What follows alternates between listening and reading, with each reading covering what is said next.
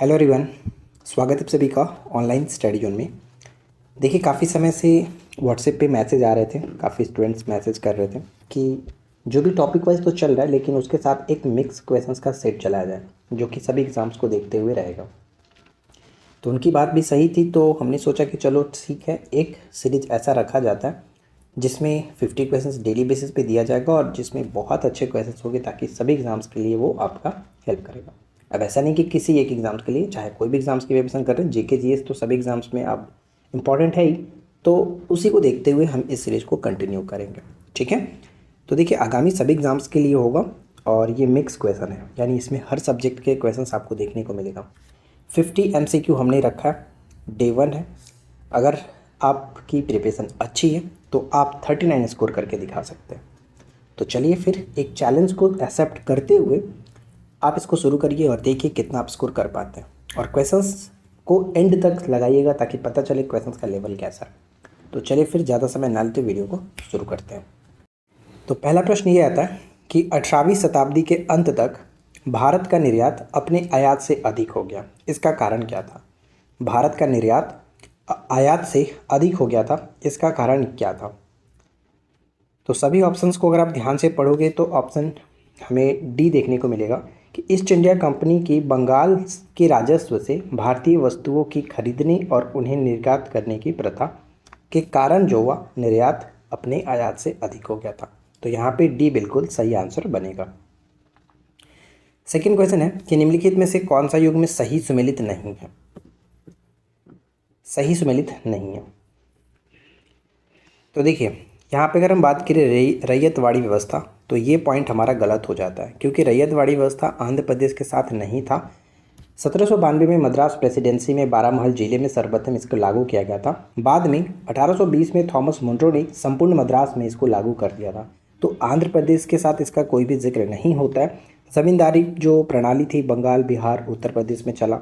महलवारी प्रणाली अवध में चला था और ऑपरेशन बरगा जो है वो पश्चिम बंगाल में था। तो कुल मिलाकर ऑप्शन ए यहाँ पे गलत है।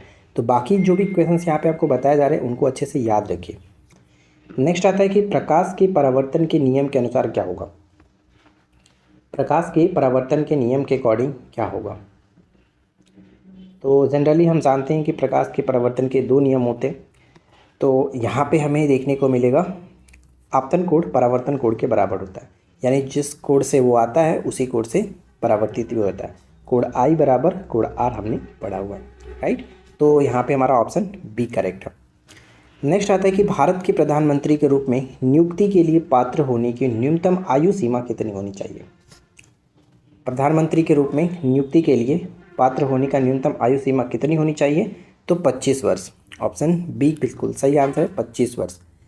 अगला प्रश्न, वेसर मंदिर वास्तुकला नागर और द्रविड़ शैली का संयोजन, यानी जो वेसर मंदिर वास्तुकला है, वास्तुकला ये नागर और द्रविड़ शैली का संयोजन है जिसकी उत्पत्ति कर्नाटक राज्य में हुई थी। निम्नलिखित में से किस राजवंश ने इस मंदिर का निर्माण कराया था? तो सही आंसर ऑप्शन ए चालुक्य राजवंश। ठीक है, चालुक्य राजवंश, ऑप्शन ए को टिक करेंगे। आगे बढ़ने से पहले मैं आपसे छोटा सा रिक्वेस्ट करूंगा कि ये वीडियो अगर आपको अच्छा लगे तो प्लीज़ वीडियो को लाइक करिए, चैनल को सब्सक्राइब कर लीजिए ताकि डेली बेसिस पे इस तरह के आपको 50 MCQ और मज़ेदार कंटेंट के साथ देखने को मिले। घिसा पिटा क्वेश्चंस तो हम वैसे भी नहीं कराते हैं, आप लोग हमारे साथ जुड़े रहिए। पहले से जुड़े हुए तो पता ही होगा, अगर नए हैं तो आप हमारे साथ जुड़ करके देखिए। राज्य विधानसभा में धन विधेयक किसकी पूर्व अनुमति से प्रस्तुत किया जाता है? राज्य विधानसभा में धन विधेयक किसकी पूर्व अनुमति से प्रस्तुत किया जाता है? तो देखिए धन विधेयक, सबसे पहले मैं आपको बताऊं तो धन विधेयक अनुच्छेद हमें 110 के अंतर्गत देखने को मिलता है और कोई धन विधेयक है या नहीं इसका जो फैसला करता है वो लोकसभा अध्यक्ष करता है। केवल लोकसभा में ही ये पेश किया जाता है। उसी तरह से राज्य में अगर बात करें तो राज्य में सिर्फ और सिर्फ विधानसभा में पेश किया जा सकता है, विधान परिषद में इसको पेश नहीं किया जाता है, राइट। और ये किसकी पूर्व अनुमति से प्रस्तुत किया था? तो राज्यपाल, राज्य के राज्यपाल, ऑप्शन ए करेक्ट आंसर होगा। विधानसभा में राज्य के राज्यपाल के पूर्व अनुमति से पेश किया जाता है। भारतीय संविधान का कौन सा अनुच्छेद अंतर्राष्ट्रीय शांति और सुरक्षा को बढ़ावा देने से संबंधित है?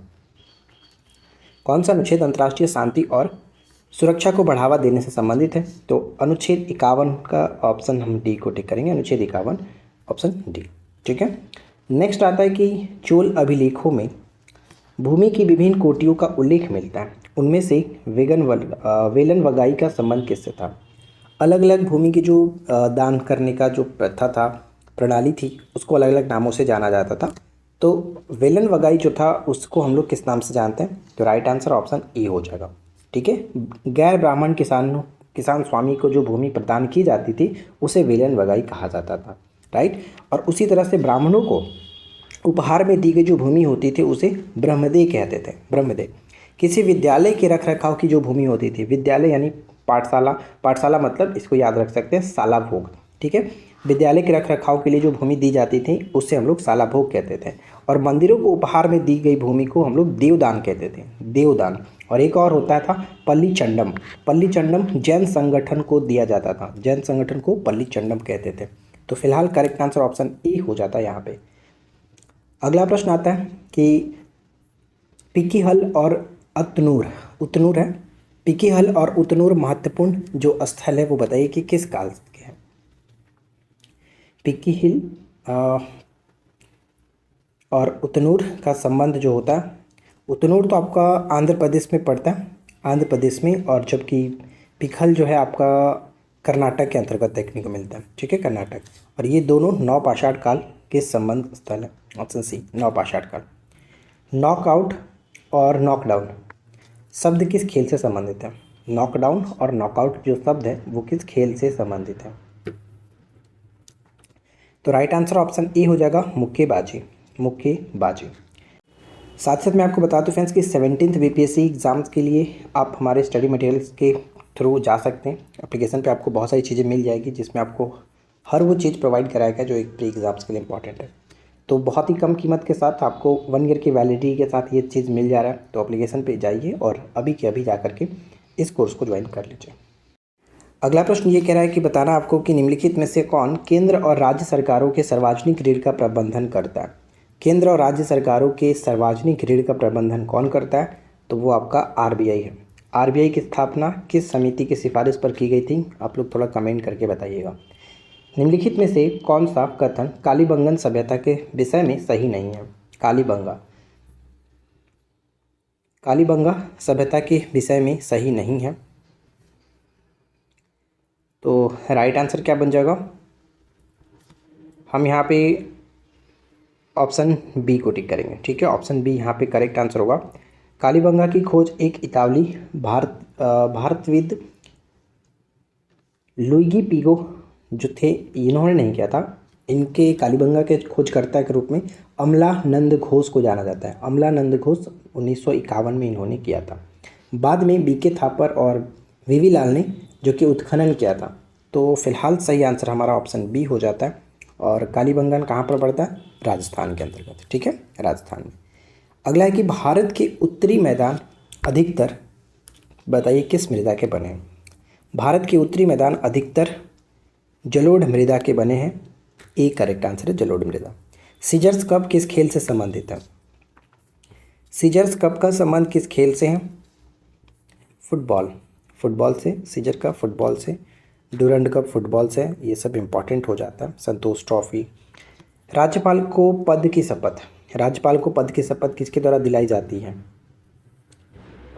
तो ध्यान देना है कि राज्यपाल को पद की शपथ जो है उच्च न्यायालय के मुख्य न्यायाधीश के द्वारा दिलाई जाती है।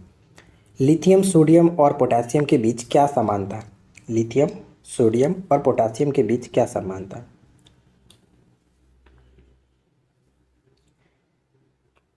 तो देखिए, समानता की अगर बात करें तो इनके बाहरी आवरण में एक इलेक्ट्रॉन होता है, यानी बाह्यतम कक्ष में एक इलेक्ट्रॉन बचता है। तो ये तो एक समानता हो गया। सही आंसर हमारा ऑप्शन ए होगा। और साथ ही साथ मैं आपको ये बता दूं कि आसानी से चाकू से काटे जाने वाले तत्वों में ये तीनों शामिल हो जाते हैं, लिथियम, सोडियम और पोटेशियम। सोडियम तो आपको पता ही होगा, लेकिन लिथियम और पोटेशियम को भी हम लोग चाकू से आसानी से काट सकते हैं। तो करेक्ट आंसर ऑप्शन ए होगा। ये ऑक्साइड बनाते हैं और ये जो कि अक्रिय तत्व नहीं है। ठीक है फ्रेंड्स, तो ये चीज़ ध्यान रखिएगा। अगला प्रश्न आता है कि आकाश में तारों के विशेष प्रतिरूप को किस रूप में जाना जाता है? आकाश में तारों के विशेष प्रतिरूप को किस रूप में जानते हैं? इसे तारामंडल।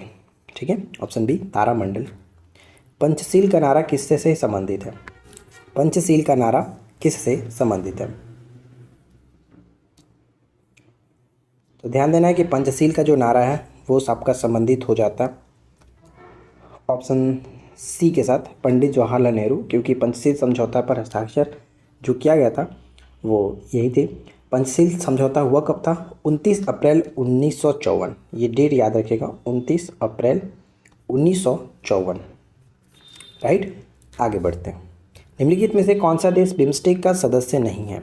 तो देखिए, बिम्स्टेक में टोटल 7 देश है। बिम्स्टेक में टोटल 7 देश हैं, जिसकी स्थापना 6 जून 1997 को की गई थी। 6 जून 1997 को इसका गठन किया गया था। इसमें टोटल 7 देश आते हैं, जो आप लेटर देख रहे हैं उसके अकॉर्डिंग 7 देश हैं, जिसमें Bhutan, Bangladesh, India, Myanmar, Thailand, Nepal और श्रीलंका है। तो यहाँ पे मालदीव के बारे में कोई जिक्र हमने नहीं किया, तो ये इसके अंतर्गत नहीं आता है। राइट, तो ऑप्शन यहाँ पे हम ए को टिक कर सकते हैं, जो कि इसका सदस्य नहीं है। भारत में ज्ञानपीठ पुरस्कार किससे संबंधित है? भारत में ज्ञानपीठ पुरस्कार किससे संबंधित है? तो देखिए, भारत में ज्ञानपीठ पुरस्कार का संबंध साहित्य से होता है, और ये एक तरह से देखा जाता है कि साहित्य के क्षेत्र में सबसे बड़ा पुरस्कार माना जाता है। और एक पॉइंट ये भी याद रखिएगा कि इसकी जो शुरुआत की गई थी वो 1961 में किया गया, लेकिन सबसे प्रथम पुरस्कार 1965 में दिया गया था। राइट, और आखिरी बार यानी सबसे अंतिम बार लेटेस्ट में 2024 में 2023 के लिए 58वां जो ज्ञानपीठ पुरस्कार है वो किसे दिया गया? तो गुलजार और रामभद्राचार्य को 2 लोगों को दिया गया। तो फिलहाल सही आंसर यहाँ पे हम ऑप्शन बी को टिक कर सकते हैं। नेक्स्ट पॉइंट आता है कि निम्नलिखित में से कौन सा प्रमुख सोयाबीन उत्पादक राज्य है? प्रमुख सोयाबीन उत्पादक राज्य के रूप में देखा जाए तो सोया प्रदेश के रूप में भी इसको जाना जाता है, वो हमारा मध्य प्रदेश होगा, सोया प्रदेश। सिंचाई की आधुनिक विधि क्या कहलाती है? सिंचाई की आधुनिक विधि को हम लोग किस नाम से जानते हैं? तो इसको ड्रिप सिंचाई के नाम से जानते हैं। यानी इसमें होता क्या है कि जो पौधे का जड़ होता है उस पर बूंद बूंद करके पानी इस पर डाला जाता है, ताकि पानी का वेस्टेज भी ना हो और अच्छे तरीके से पौधे को पानी भी मिल जाए। तो इसमें होता है ड्रिप सिंचाई। ठीक है, तो ऑप्शन डी होगा। ऊर्जा संकट से क्या तात्पर्य है? ऊर्जा संकट से क्या तात्पर्य है? तो कोयला और पेट्रोल जैसे जीवाश्म ईंधन के विलुप्त होने का खतरा, ऑप्शन डी हो जाएगा करेक्ट आंसर। ठीक है, उम्मीद है कि आपने वीडियो को लाइक ज़रूर कर दिया होगा। ऐसे बार बार कहना अच्छा नहीं लगता है, लेकिन आप लोग करते हैं तो हमें मोटिवेशन मिलता है कि चलो आप लोग सपोर्ट कर रहे हो, तो हम लोग भी अच्छे तरीके से वीडियो बनाते हैं। पानी में डाली हुई छड़ टेढ़ी दिखती है, इसका कारण क्या है? पानी में जो पड़ी हुई छड़ होती है, पेंसिल होती है, जो भी होता है वो टेढ़ी दिखती है, इसका कारण क्या हो? तो इसका कारण है अपवर्तन। ठीक है, अपवर्तन के कारण होता है, तो ऑप्शन बी को टिक कीजिएगा। वह क्षेत्र जिसके अंतर्गत गतिविधियों में प्राकृतिक संसाधनों का दोहन होता है। वह क्षेत्र जिसके अंतर्गत गतिविधियों में प्राकृतिक संसाधनों का दोहन होता है, उसे हम लोग क्या कहते हैं? तो प्राथमिक क्षेत्र कहते हैं। प्राथमिक क्षेत्र। हमारे जीडीपी में सबसे ज़्यादा योगदान किसका? तो तृतीयक क्षेत्र का। और सबसे ज़्यादा कार्यरत किस क्षेत्र में? तो प्राथमिक क्षेत्र में। केंचुए किसान के मित्र हैं, क्यों? केंचुए किसान के मित्र माने जाते हैं, इसका कारण ये होता है कि वे मिट्टी को खोदते हैं और उसमें हवा का संचार होता है। इस वजह से यहाँ पे हम कह सकते हैं कि केंचुए किसान के मित्र होते हैं। अंतर्राष्ट्रीय मातृभाषा पुरस्कार पाने वाले पहले भारतीय कौन बन गए हैं? अंतर्राष्ट्रीय मातृभाषा पुरस्कार पाने वाले पहले भारतीय के रूप में कौन बन गए हैं? तो doctor Mahendra Kumar Mishra. Doctor Mahendra Kumar Mishra, option D. Patkai पहाड़ियाँ किस पर्वत श्रृंखला से संबंधित है? पटकाई पहाड़ियाँ जो है वो हमें पूर्वांचल में देखने को मिलता है, ऑप्शन बी पूर्वांचल। नेक्स्ट आता है कि किस राज्य में शिवमोगा हवाई अड्डे किस राज्य में स्थित है? यानी कि शिवमोगा हवाई अड्डा किस राज्य में स्थित है? शिवमोगा हवाई अड्डा किस राज्य में? तो इसका सही आंसर बनेगा ऑप्शन बी कर्नाटक में। शिवमोगा कर्नाटक में। ठीक है, ध्यान रखिएगा। बताइए कि किस तारीख को वार्षिक अंतर्राष्ट्रीय प्रसन्नता दिवस के रूप में मनाया जाता है? वर्ल्ड हैप्पीनेस जो डे है वो इस दिन मनाया जाता है 20 मार्च को। 20 मार्च को, ऑप्शन डी। विश्व गौरैया दिवस भी इसी दिन हम लोग मनाते हैं, स्पैरो डे। ठीक है, निम्नलिखित में से किस राज्य में गुमटी वन्यजीव अभयारण्य स्थित है? तो गुमटी वन्यजीव अभयारण्य का संबंध हो जाता है त्रिपुरा के साथ। बी यहाँ पे करेक्ट आंसर है, त्रिपुरा। ठीक है, क्लाउडेड लेपर्ड एक होता है, यहाँ पे त्रिपुरा में ही पाया जाता है वो भी। हाइफा बंदरगाह का अधिग्रहण किया गया है, यह बंदरगाह किस देश में स्थित है? हाइफा बंदरगाह चर्चा में भी था, तो हाइफा बंदरगाह इजराइल के साथ संबंध हो जाएगा, ऑप्शन सी इजराइल। निर्मल चित्रकला निम्नलिखित में से किस राज्य से संबंधित है? निर्मल चित्रकला निम्नलिखित में से किस राज्य से संबंधित है? तो इसका सही आंसर यहाँ पे आंध्र प्रदेश को टिक करेंगे, आंध्र प्रदेश निर्मल चित्रकला। निम्नलिखित में से कौन मौर्य प्रशासन की मुख्य विशेषता नहीं है? निम्नलिखित में से कौन मौर्य प्रशासन की मुख्य विशेषता नहीं है? तो देखिए, ध्यान हम अगर दे चारों ऑप्शंस पे, तो हम यहाँ पे कह सकते हैं कि मौर्य प्रशासन अत्यधिक विकेंद्रीकृत था, ये पॉइंट गलत हो जाएगा, ठीक है। तो यहाँ पे हम कहेंगे कि मौर्य प्रशासन अत्यधिक विकेंद्रीकृत नहीं था, तो वो फिलहाल सही होता, तो ऑप्शन ए करेक्ट आंसर बन जाएगा। नेक्स्ट है कि भारत के सांस्कृतिक इतिहास के संदर्भ में गवाछा, याली और कल्पलता किससे संबंधित है? किससे संबंधित है? तो इनका संबंध हो जाएगा मंदिर वास्तुकला के अलंकरण के तत्व होते हैं, यानी गवाछा, याली और कल्पलता जो है ये अलंकरण के तत्व हैं मंदिर वास्तुकला के। फुलीच किस राज्य का रंगीन त्यौहार है? फुलीच किस राज्य का एक रंगीन त्यौहार है? Himachal Pradesh, option A Himachal Pradesh. निम्न में से किस में दिशा और परिणाम दोनों होते हैं? यानी दिशा और परिणाम होते हैं तो उसे हम लोग क्या कहते हैं? सदिश राशि। और सदिश राशि एक अगर देखा जाए ऑप्शन में, तो सिर्फ और सिर्फ हमें ऑप्शन सी देखने को मिलेगा, संवेग एक प्रकार का सदिश राशि हो जाता है, संवेग सदिश राशि है, P बराबर mv। नेक्स्ट आता है कि शरीर की सबसे बड़ी ग्रंथि कौन सी है? शरीर की सबसे बड़ी ग्रंथि के रूप में हम जानते हैं वो हमारा यकृत ग्रंथि है। यकृत सबसे बड़ी ग्रंथि मानव शरीर की, और सबसे छोटी जो होता है वो पीयूष ग्रंथि होता है। मनुष्य में ऐच्छिक गतियों का नियंत्रण किसके द्वारा होता है? मनुष्य में ऐच्छिक गतियों का नियंत्रण किसके द्वारा होता है? तो ये सेरिब्रम के कारण, सेरिब्रम के द्वारा होता है, मस्तिष्क का जो भाग है सेरिब्रम। अमीबा में भोजन का अंतर्ग्रहण किसके द्वारा होता है? अमीबा में भोजन का अंतर्ग्रहण किसके द्वारा होता है?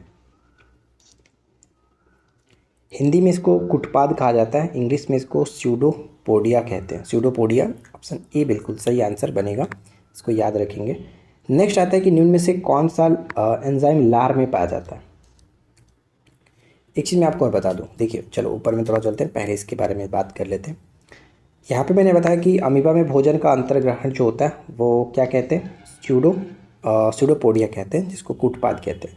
अमीबा में भोजन ग्रहण करने की जो प्रक्रिया होती है उसे किस नाम से जानते हैं? उस प्रक्रिया को कहते हैं फागोसाइटोसिस। फागोसाइटोसिस उस प्रक्रिया को कहा जाता है, ये चीज़ ध्यान रखिएगा। अब आते हैं अगले प्रश्न पे कि कौन सा एंजाइम लार में पाया जाता है? तो लार में अगर एंजाइम की बात करें तो यहाँ पे देखिए जो टाइलिन है, टाइलिन ऑप्शन सी करेक्ट होगा। लार में लाइसोजाइम और टाइलिन ये दो तरह के देखने को मिलता है, तो फिलहाल यहाँ पे टाइलिन बिल्कुल सही आंसर है। किस अभिक्रिया द्वारा पौधे में ऑक्सीजन बाहरी वातावरण से कोशिकाओं में पहुँचता है? किस अभिक्रिया द्वारा पौधे में ऑक्सीजन बाहरी वातावरण से कोशिकाओं में पहुँचता है? और वो प्रक्रिया जो है वो हम विसरण कहते हैं, विसरण, ऑप्शन बी विसरण। अगला प्रश्न कि भारतीय संविधान का अनुच्छेद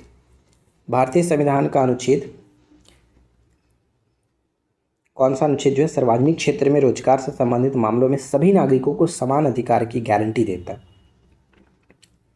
वो हमारा अनुच्छेद 16 है, कोई भेदभाव नहीं, ऑप्शन डी 16। अगला प्रश्न बताइए कि निम्नलिखित में से कौन सर्वाधिक तन्य धातु है?